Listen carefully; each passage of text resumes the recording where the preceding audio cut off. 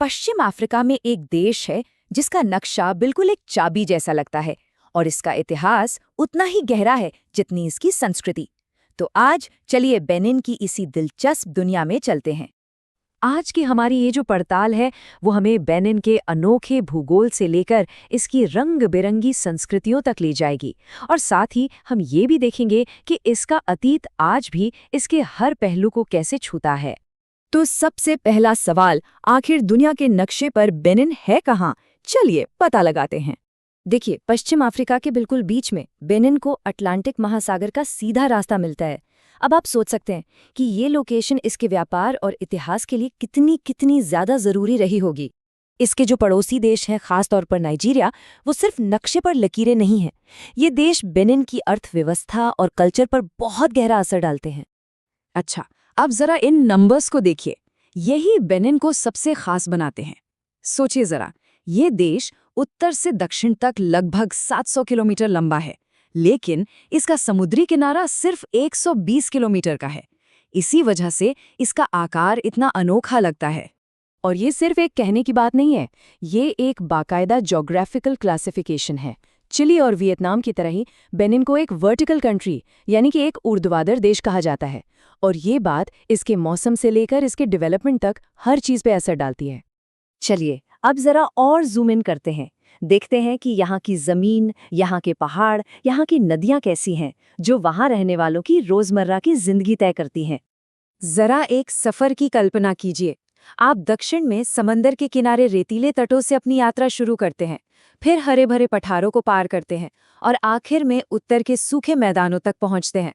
मतलब बेनिन में आपको एक ही देश के अंदर कई अलग अलग दुनिया देखने को मिलती हैं।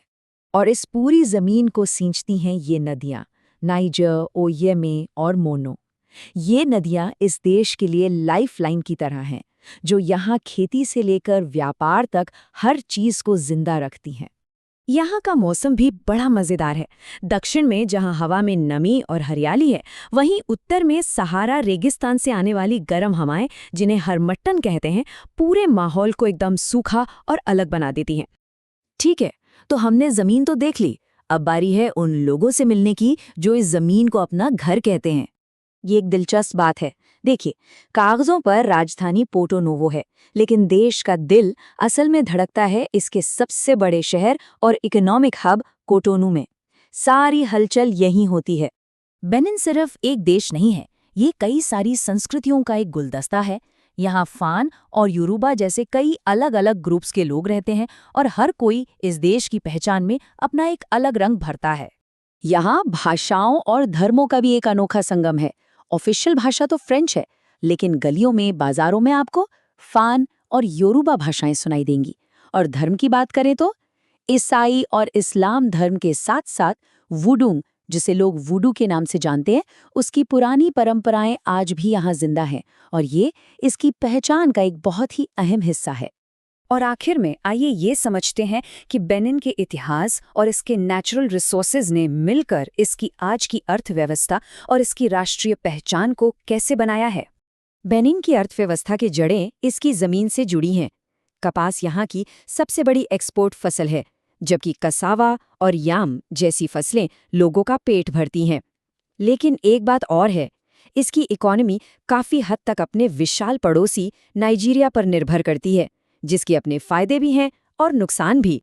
एक वक्त था जब यहाँ शक्तिशाली दाहोमी साम्राज्य का राज था, फिर फ्रांस से आज़ादी मिली और आज ये एक स्वतंत्र गणराज्य है। बेनिन का इतिहास वाकई उतार चढ़ाव और हिम्मत की एक शानदार कहानी है।